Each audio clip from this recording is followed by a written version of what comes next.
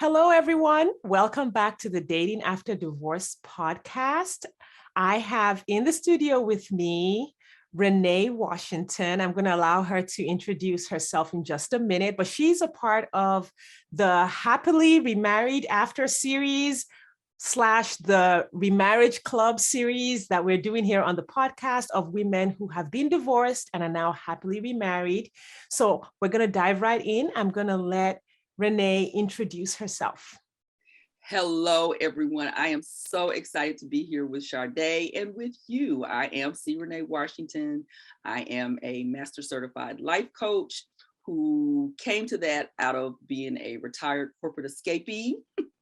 And I am also an author. I wrote a book, Take the Trip: 4 Journeys Every Midlife Woman Needs to Live in Purpose and Freedom. And I am a podcast host. I'm launching a podcast in the next few weeks that's called the Midlife Remix. So, and I also do speaking. So all the things, just having fun, living life. I love that. The Midlife Remix. Yes. That is an excellent name. I love so it. Excited about it. Thank you. Well, Rene, thank you so much for spending time with us today. I'm excited to get into your divorce and remarriage story because you told me a little bit about it, and I'm so excited. There's just so much wisdom, so much insight, and I'm going to say also so much freedom in your story. So first of all, tell us where you are now in your family life, just the basics about your family. So my family is me and my husband, Robert Washington, the love of my life, my second husband and final husband. And I also have a sister, 2 nieces, and a brother-in-law, and an aunt, my mom's sister. My mom and dad are both deceased, and my mom's sister lives alone in another state. And so that's the nucleus of my family. Yeah. And so fun fact about your sister and brother-in-law. Yeah. Tell us.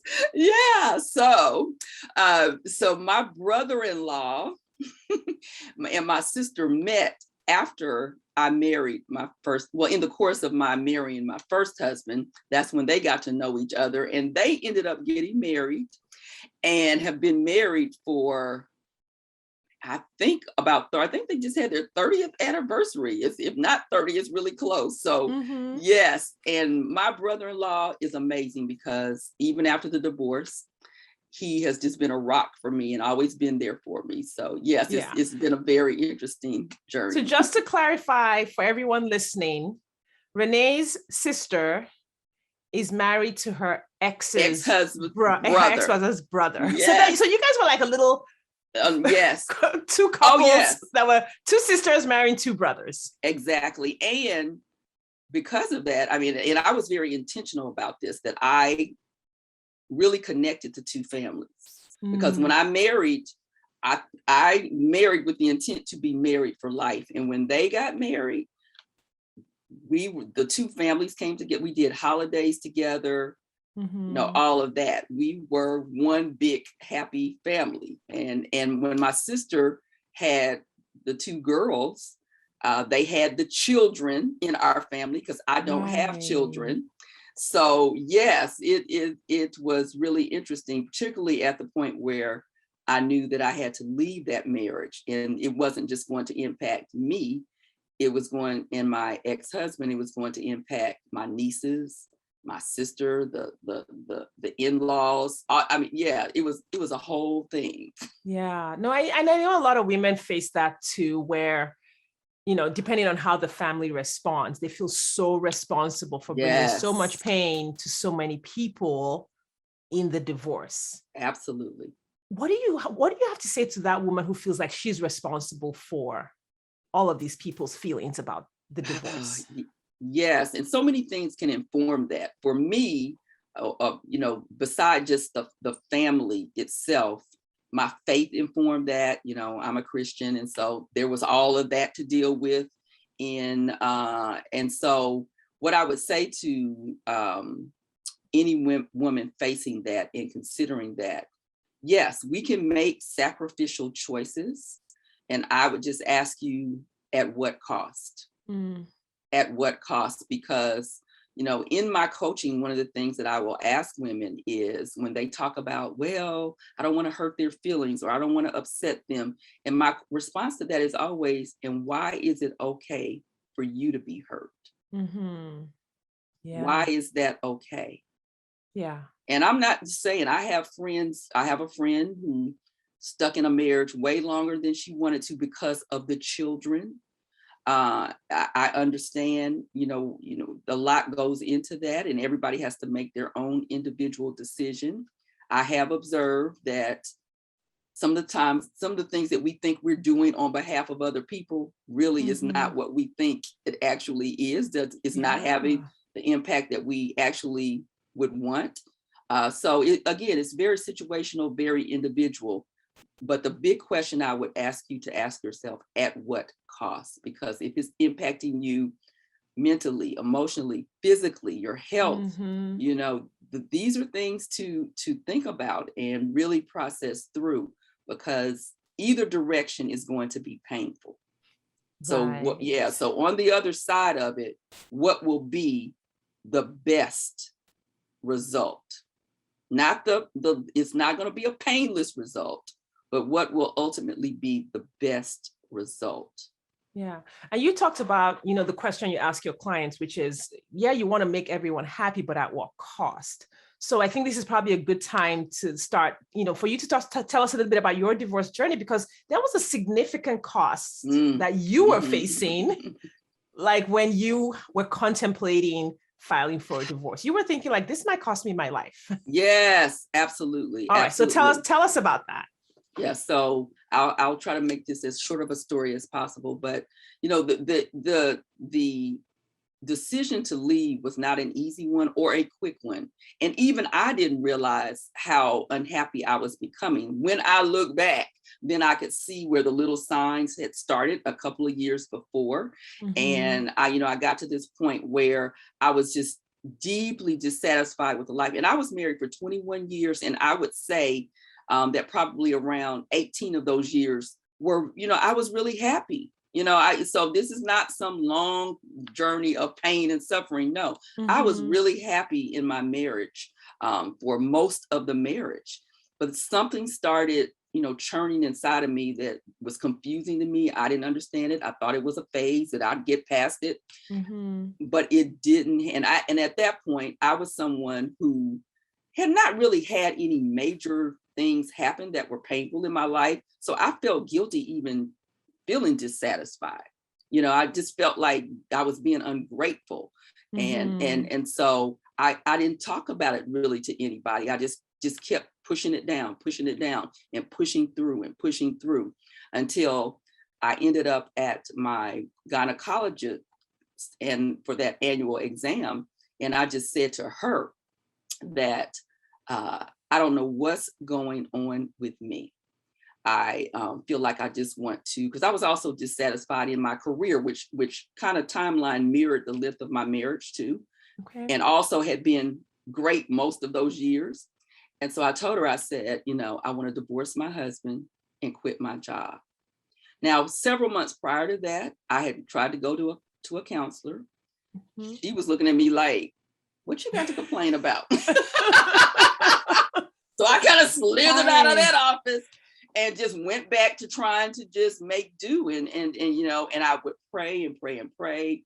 And, I just wasn't getting any answers. What did that feel like? Like, oh my in the middle of this, like, confusion? Because sometimes people look at, divorced women. Most of the women that I have worked with, have faced some, like, you could say, permission they're allowed to divorce. Yes, I have air quotes on, because he cheated on you, yes, he beat you, whatever, all of that. But in your case, there wasn't like an arrestable crime. Let's put it that way. It was not, and that's why I was so silent about it. That's why I felt so guilty about it. He was a good person.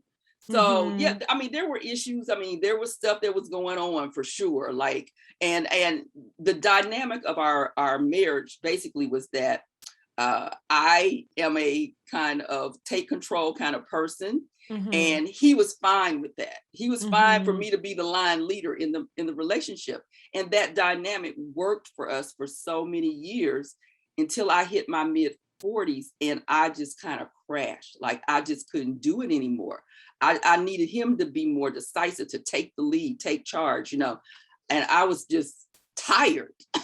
Right, And because that yeah, takes a toll on you. And I know people have talked about the emotional burden that women have in their relationships, where it's like, okay, you're going to help me run this errand, but I have to literally write out all the instructions. I have to do yes, all the research.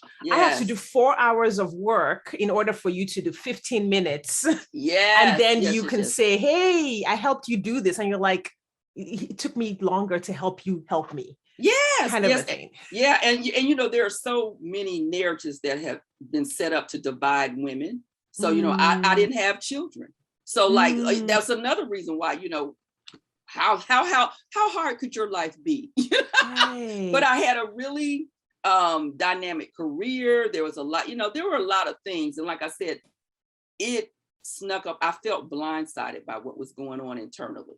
Mhm. I just felt blindsided, like it had come out of How did that nowhere. feel internally? Like, It I yeah, know. it just it felt like I just wanted to disappear. Hmm. So maybe I numb, like completely yeah, numb and I just didn't want to have to deal with anybody or explain anything. I just mhm. wanted to be by myself. Hmm. Do you think maybe And you were depressed? well, you know, that's when you go to a general physician, or even a counselor, you know, that is always an option that's going to come up. You know, well, let Yeah. me give you and I would always respond, I'm not depressed. Now, I probably Hmm. was, I don't think I was clinically depressed, but Right. I think that I was situationally depressed. Yes, Yeah, 100%. Yeah, I yeah, can see that because I experienced that during my divorce as well and leading up to my divorce, even though I yeah, wasn't planning on a divorce or yeah, but the life I was living was just so crushing yes, that I was just yes, completely numb, devoid of joy. Things that used to bring me joy weren't bringing me any joy. And the interesting thing is that, unlike you, I was still like powering through. I was still like, I got this, I got this. yeah, So yeah. you were a But lot you know what? smarter. But you know, I still was, you know, I was still, you know, that was all internal because I was still showing up. I was still doing what I had to do, but it was just the energy that it cost me was Yeah. just tremendous. And so when I ended up in the gynecologist's office and said that to her, she said, okay. And she tested me and she came back and she said, you're in full blown menopause. Hmm. And so then I was like, oh, I got something, you know, Yeah. now I got something I can tag, menopause. That's it. I'll get over it. And Hmm. she put me on a hormone. I am a reader. I am a reader. So I'm going to start looking for information because I'm an information junkie. So I look up menopause, all the things. And, you know, I found a book on menopause. And, you know, a lot of things about menopause are still a mystery.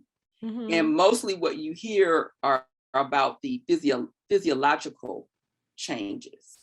Mm-hmm. So hot flashes, you know, sleeplessness, that kind of thing. Mine was emotional. I Right. didn't have hot flashes. So I found this book, and in the book, it talked about how women, we are the tenders, the frienders, nurturers, caretakers. And then we reach this stage of life where we have been suppressing for years and years and years in the service, Mm-hmm. suppressing in the service of other people's priorities, Right. our partners, our children, our community, our jobs. You know, we suppress our desires and priorities in the service of others. And when you get to this stage, it talked about how what you've been suppressing has to be dealt with. And I say what has been suppressed must be addressed. Yeah. Yeah. And so it doesn't mean that every woman is going to have to get a divorce. It just means that your relationships need to be renegotiated because you are shifting. And so, and Yes. that's the relationship with a partner, but also your children, your friends, everybody, because you are shifting into a new phase. And if the people in your life can come to the table and renegotiate, then they will remain in your life. But if not, they may go. And that's what happened to me. And not so much, again, my ex was not a bad person. It was just that he was who he was, and he was not going to change. Yeah. And it wasn't even fair of me to ask that of him. Yeah. I love that word, renegotiate relationships. Yes. Because, I mean, think about it. Many of us get married at 20, 21, and somehow we expect ourselves to stay the same. Exactly. For the next 50 or 60 years. Yeah. And, it doesn't make sense. It doesn't, and we, most of us get married, and I think we're not fully developed in all the ways until you're 30. And so a lot of us get married younger than that. And I say marriage is somewhat of a lottery, because if you get married, particularly at a younger age, you're counting on the fact that you both will grow together in the same way. Or stay exactly the same. Yeah, one or the other. Exactly. Exactly. And that's why the 50-50 divorce rate, because 50% of marriages end because that's a crapshoot. Yeah. So and my friends laugh at me because I always say, when we were in church, they would recognize couples who have been married for 50 years, 60 years, and they would have them stand up. And I told my friends, I say, look at the woman. Look at her eyes. Is she smiling? Yeah, is she smiling? Because he's smiling. Is she smiling? Yeah, no, but that's really important, because when I look back, I got married really young. I think I was 21, almost 22. And in many ways, I wasn't a healthy person. I didn't come from a necessarily healthy situation. Like, relationships in my family of origin were not healthy. So I wouldn't say that I was healthy. I think I was more codependent, abandonment issues, that kind of a thing. And I married someone who was on the other side of the spectrum, avoidant, narcissistic.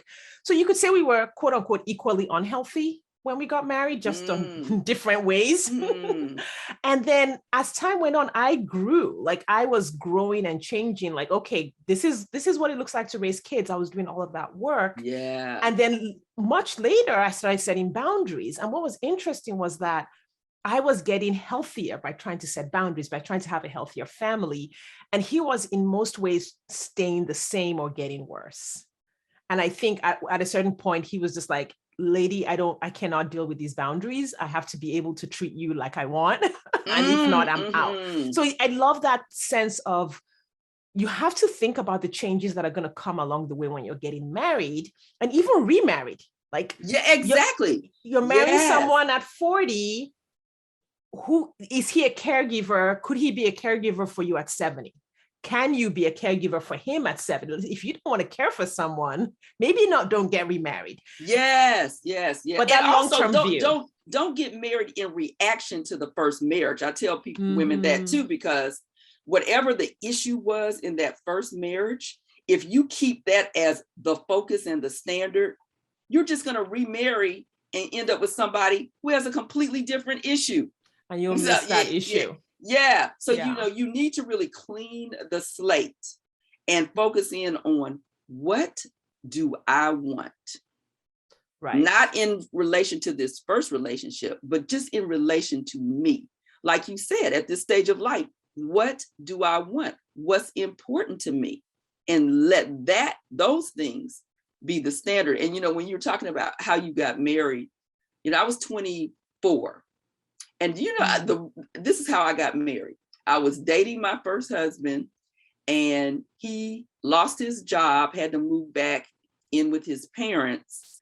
And we would talk, and that was back way before cell phones and all that. So we were talking on the phone every night, and his parents didn't like that. They were like, and so I said, because, I was Miss Take Charge. Well, you can just move in with me. Oh. Well, when he moved in, I said, now we can't live in sin. So if we're going to live together, we have to get married. Wow. That's how I got married. It wasn't, I Not a lot of orchestrated thought. all of that. I orchestrated all of that. So, what God puts together. And I came to the realization, did God really put this together, or did I put it together? Yeah. And then the other thing, though, is that I do believe good can come out of things, because, again, my sister and his brother ended up together. They are still together, still happily married. And I have 2 beautiful nieces that I adore. So maybe my marriage was for that purpose. And the sun is still shining too. Exactly. The sun is still shining. People are still breathing air. It's okay. Exactly. But you started out asking me about how it ended up. Right. I want to get back to your story from menopause. Yes. Yeah. So a few weeks after that diagnosis, I had a mini stroke. I had gone over to my best friend's house for dinner. Me and my husband had gone over there, and something just overcame me, and it was just so heavy on my mind what to do about this marriage. And while we were there, I just kind of burst into tears, and they were like, "What's going on? What's wrong?" And I only shared it with my best friend, but I made a decision to stay in my marriage. I was like, okay, I'm just going to stay. I'm not going to get a divorce. And a few days after that, I got up that morning to go to work, and I had a little thing in my eyes, but with my vision, but it was like fleeting. So I just kept getting ready, got in my car. My husband had already gone. I was at the house by myself. I got in my car, I called a girlfriend to leave a message, and my words came out garbled. I just kind of laughed and thought, oh, that's odd. And I said, I'm going to call you back. So I tried to call her back, still couldn't leave a good message, get to work. The person in the next office next to me, I tried to talk to him, couldn't. I said, I know he thought I was drunk. I couldn't get the words out. Wow. That's when I knew something was wrong. Thankfully, we had a nurse office. But I was I was in the building down the hill from the main building. I get back in my car and drive myself up the hill, which I know now was crazy. And by the time I get to the health office, they check me out. And while I was there, I started feeling like myself again, like, okay, well, this was just something weird, and she'll just tell me to go rest or something. She came back and said, you're in the midst of having a full-blown stroke. I've called the ambulance and we're taking you to the hospital. And I was like, I'm not getting in an ambulance. All the paramedics came in, and my sister and I worked at the same company. She was there. My best friend was there. And my best friend was like, I'll drive you. And the nurse is like, nope, you are not driving her. She's getting in this ambulance. And I get in the ambulance. Even the ambulance driver said, did you just party too hard this weekend? Because you look fine. I mean, he was kind of like, you look fine. I felt fine. But I got to the hospital. The neurologist said, yes, you're in the midst of having a stroke. And they admitted me. I was in the hospital for 5 days. I had no triggers for stroke, no diabetes, no high blood pressure, not overweight. They couldn't figure out why I had the stroke. And when I was laying on that gurney, I knew. It was the emotional stress. Yes, I've got to leave my marriage. So just to walk back on the timeline, you're happily married for 18 years or so. Somewhere in the next couple of years, you start feeling all this strain, like something's wrong. Yeah. You go to a counselor. The counselor is like, your life is fine, and dismisses you. Yes. That is not a good counselor, ladies. Listening. If the counselor dismisses your experience, please keep trying and find the right one. And I eventually did. I eventually did find a good one. So yes, keep trying. The counselor dismisses you, then you just let everything go. Then you finally end up at your wellness check. Your gynecologist says you're in menopause, and you're like, oh, this is what's causing all my problems.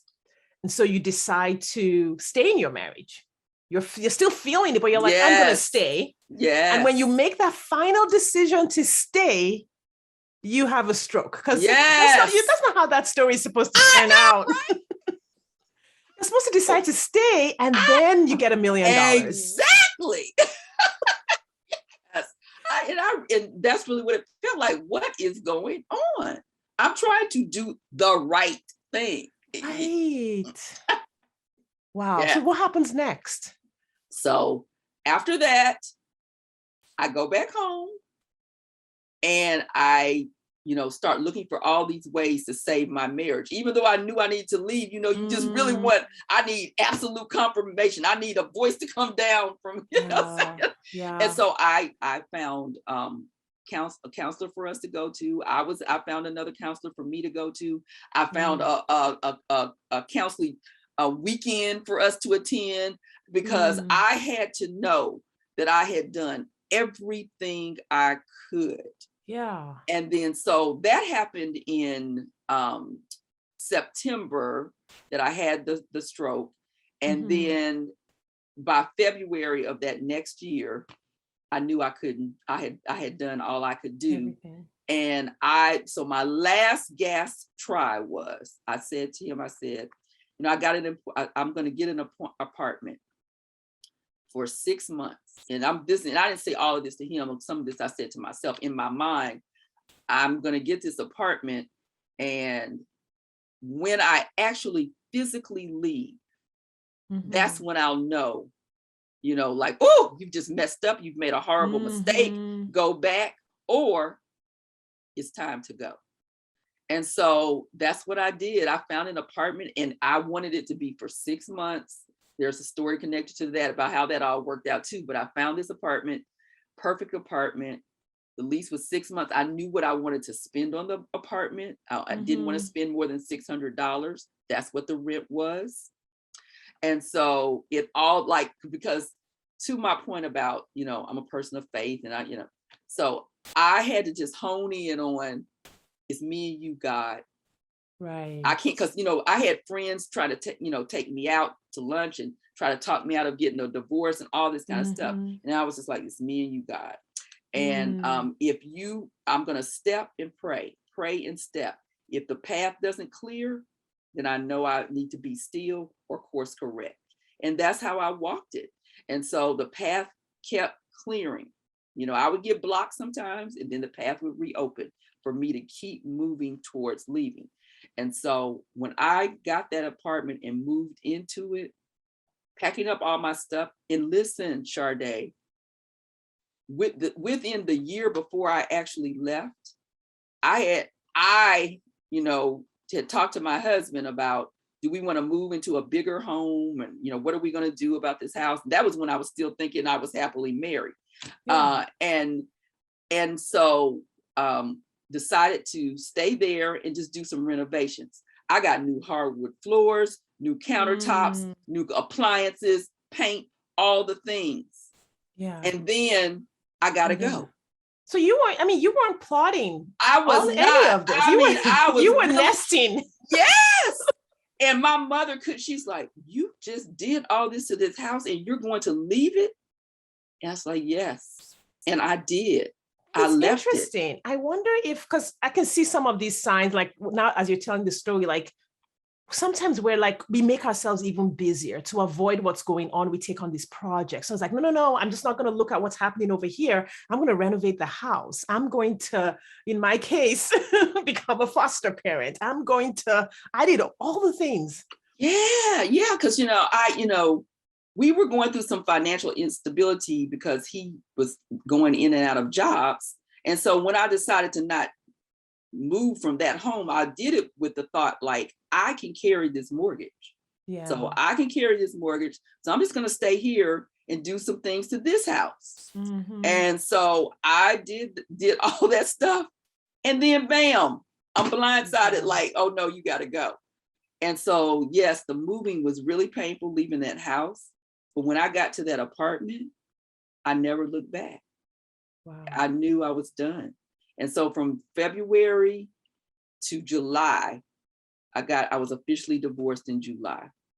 Wow. Yeah. And so, it was a journey and a process. And I just want anybody listening to this to really hear that journey for me was internal. Yeah. A few years later, I ended up leaving my career, but all that was internal in my marriage, in the career, what it came around for, because you can look at the external. This person is doing this person is not doing that, or this job is this. What I came to realize is that I had changed. I didn't ask for the change, but it had come. And I had to deal with it. And in the dealing with it, I had to leave some things. I had to leave a person. And so again, that doesn't necessarily happen to everybody, but it can happen to a lot of us. And it is all right. Yeah, and I love that I really wanted to highlight your story. We don't do a lot of like divorce stories on this podcast but your story was just so different. And I was like, there might be someone out there who needed to hear this particular story, because my story is very similar to a lot of ladies who are married to narcissistically abusive people, blah, blah, blah. Like, those are the common stories. Your story is just so unique. I really appreciate you taking the time to tell that, so that the women who have that unique situation can hear about from someone else who has been through it. So now we're going to get to why we're really here. Because what we want to know is how you find. You've been remarried now for how many years? I've been remarried since 2013. So that's like 8 years. Yeah. So you got remarried you have to be like 54. Yes. All right, ladies. Do you hear that? 54 is not an issue. No. So tell us about that journey. How did you meet him? Where did you find him? What was that journey like? And I know you have a unique story here. I know, too. right? Yeah, because a lot of this is about self-judgment and world judgment. And so I really do want women to understand: do what's best for you, and don't beat yourself up about how your blessings come. So yes, after I got divorced, friends tried to take me out. We would go to these clubs and stuff, and married men would try to roll up on me, and I just let's just pause there with the married men in the DMs. The married men, seriously? Yeah. The married men in the DMs is ridiculous. Okay, sorry, keep going. I just had to do that. Yeah. And at that time, there weren't even DMs. I'm in actual clubs. So and after a few of those outings, I just said, okay, God, I'm good by myself. I would like to meet someone. I would like a partner. I didn't even want to get married again. That wasn't really necessarily a goal for me. It's like, I do want a relationship. And, to my earlier point, I sat down, I wrote out everything I wanted in a man, in a relationship. And I just offered it up, and I said, this is what I want. And I expected it to take years to come. And I just said, okay, you've got it. I'm just going to, go about living my life.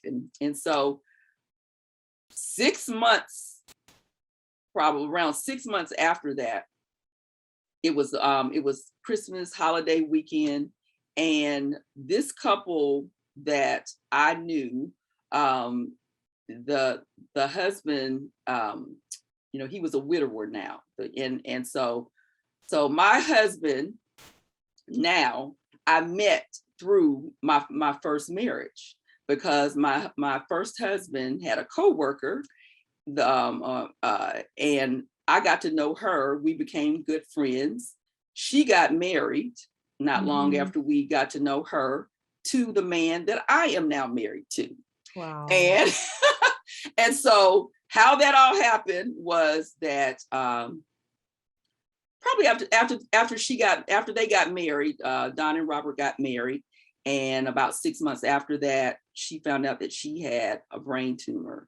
Wasn't given a long time to live, but she was a fighter. I mean, she was an incredible, amazing woman. And she fought that tumor for about 16 years, multiple brain surgeries.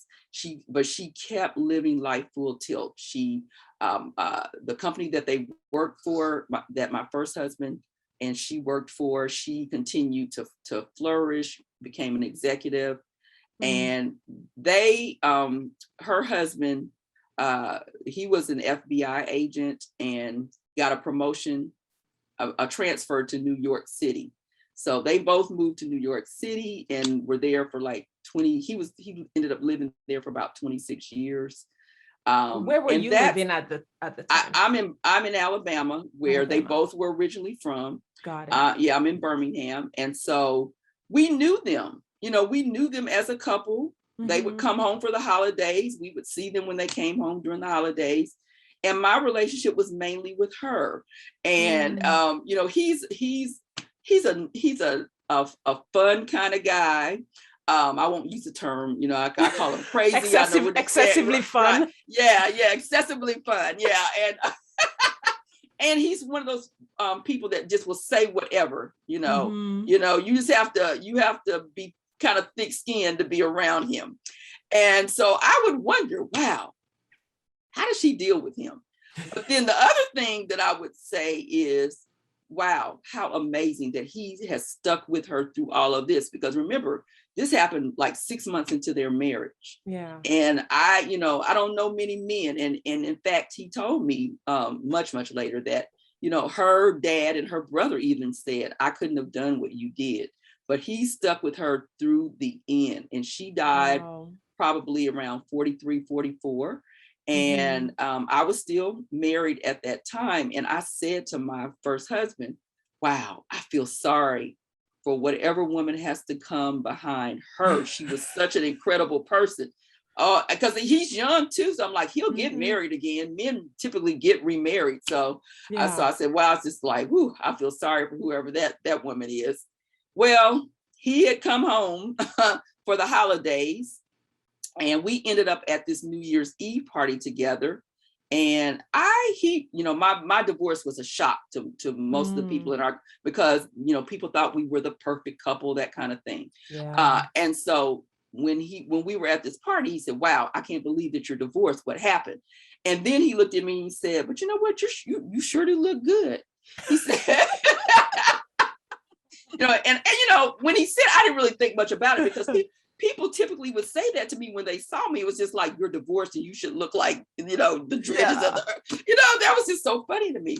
But he said, well, I'm here, for the week. We should go to lunch or go out. And we went out and that was it.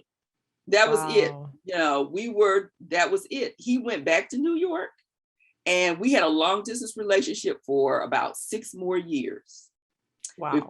Before he retired and came back home. And he had not planned to do that. He had planned to retire and stay in New York. But New York is my favorite city, but not the weather, not the weather. So I like visiting, but I like coming back to Alabama sunshine. So he decided to come back home. And so he came back for you. Yeah, he came back. And even after he came back, it was still a few more years before we actually got married. But in our coming together, there was controversy.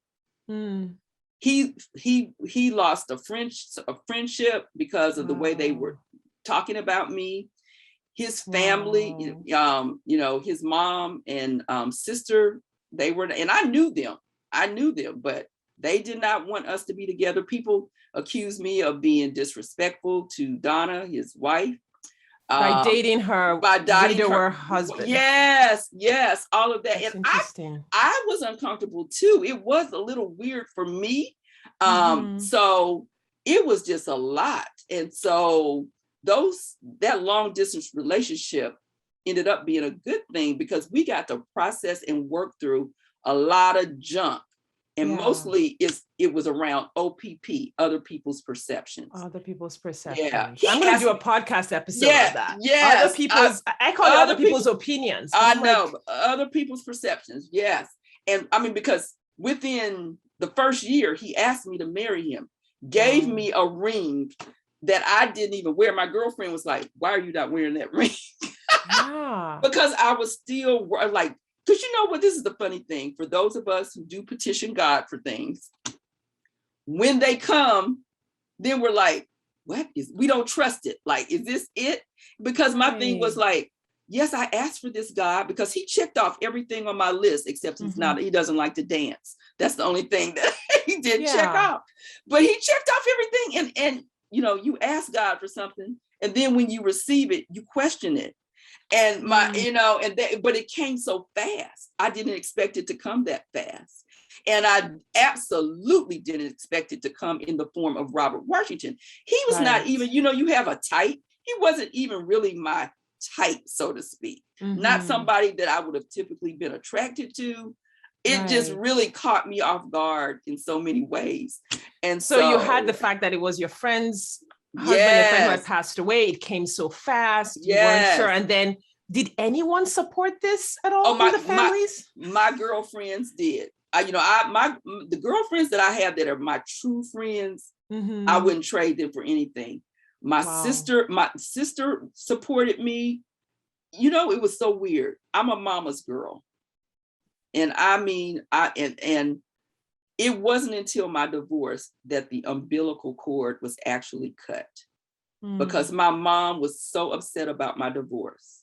You know, like I said, my husband was a good first husband. He was a good, people loved him. He was a friendly, outgoing kind of guy. Yeah. And she just was so upset with me.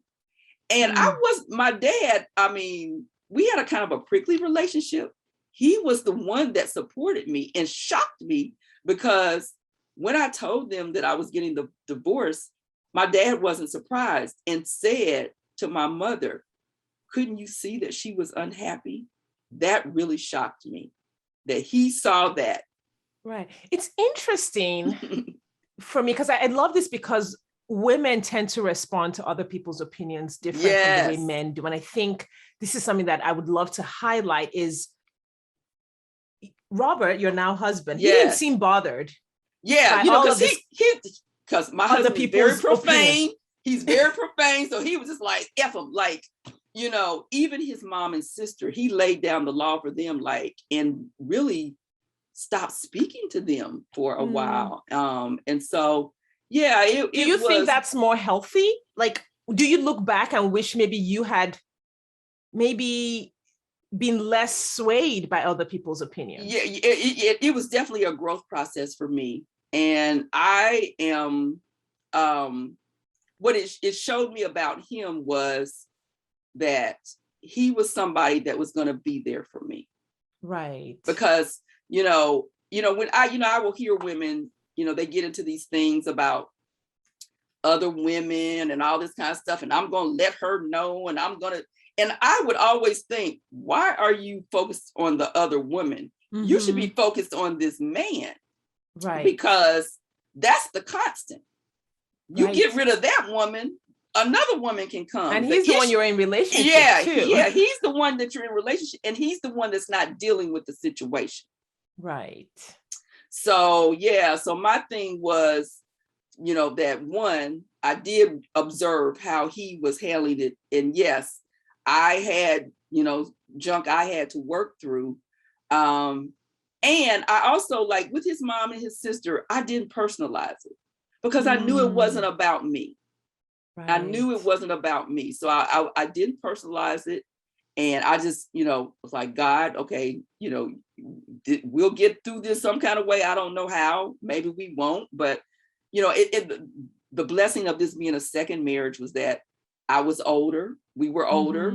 So, when you're younger, the in-law thing is a big deal. Yeah. Not so much when you're in your 50s. So, Right. Right. We are the adults now. Yes, exactly. We're the grown-ups now. Yeah. And eventually, years later, I did have the full circle moment with his sister and mom. And so, his mom is now deceased too, but his sister and I, we get along great now. So, and so again, this thing of, if you are giving up your happiness to try to please other people. Yes. It is a waste. It is a huge waste. It is a waste. All right. So tell us what remarried life is like. What kind of fun do you guys get up to? Yeah. So yes, every day is a holiday with Robert Washington. Those are his words. I was like, it's Valentine's Day. Every day is Valentine's Day with me. My husband, when I get upset, like, he has a way of like making me laugh. Like, no, do not make me laugh right now. I am actually trying to stay upset with you. I know. Yeah, he keeps me laughing. Yeah, he keeps me laughing. He is such a self-honoring person. He loves himself. And he has taught me a lot about what that looks like, and you know, how you are able to sustain yourself. He's a strong man of faith. So we share that. And you know, I love how he prays for me and with me, and we pray for each other. And I also love that he is alpha male on steroids, and he respects my need for independence. Wow. Which just sounds like kind of the opposite of your first husband. And so, you know, so yeah, my first husband, he respected my need for independence because it meant that he didn't have to do a lot. So that worked out well for him. The difference here is that, you know, Robert is going to handle his business and our business in ways that allow me to feel cared for and taken care of, without my having to feel like I have to be that stereotypical submissive person. You know, that word submissive. So it's sort of like you take care of your business. Yeah. He takes care of his business. Yeah. And both of you take care of your joint business. Exactly. Which is takes such a load. Yes. Off of you. Because there are women who are having to deal with their business. Right. The joint business and half of the husband's business. Yes. And so I am, you know, that I really wanted to release my need to control. It's in me from both parents, but I really wanted to really walk that differently. And with him, I get to do that because yes, I'm going to do what I want to do. And at the same time, I respect him. I respect, you know, his role in this marriage. And I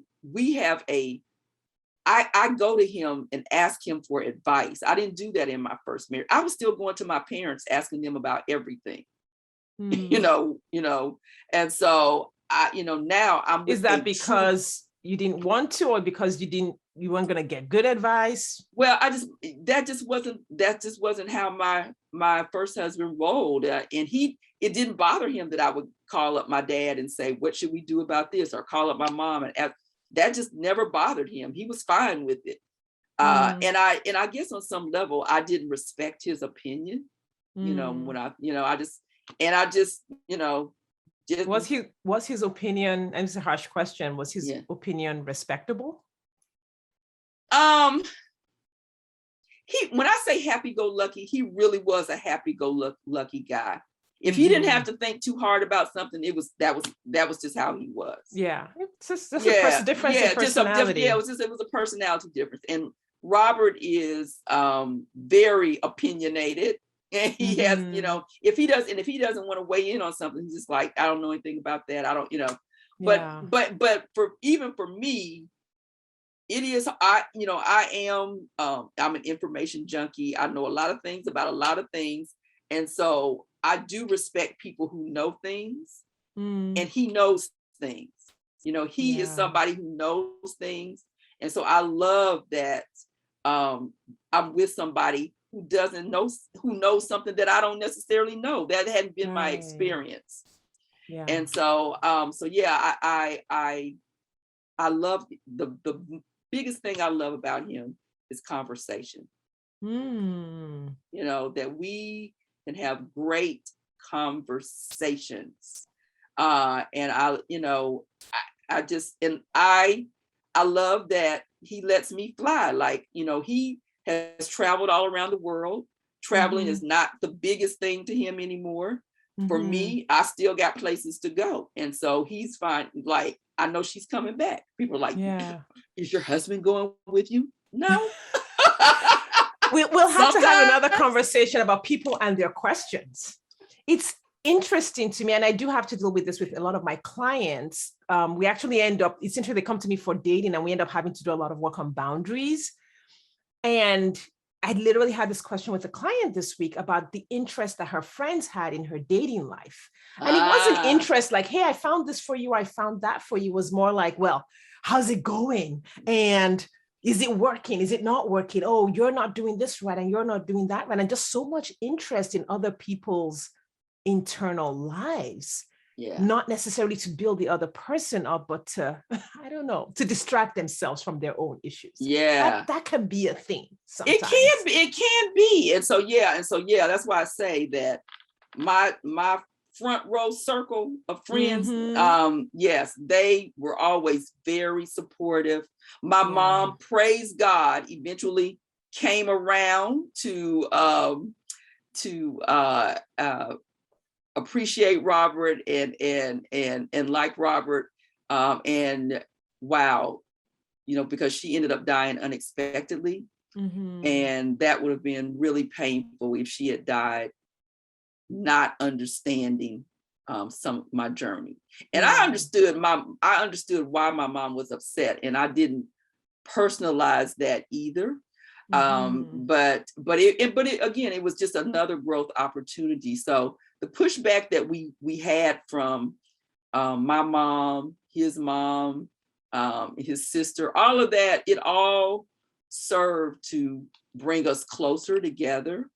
And to really work through, because we tell people that we are both firstborn, controlling people, and so we say, it can get loud up in this address sometimes because a caveat, controlling in the context in which you're using it is not abusive. Oh, not abusive. No, controlling it like we like to say what's gonna happen about a thing. That kind of controlling, yeah.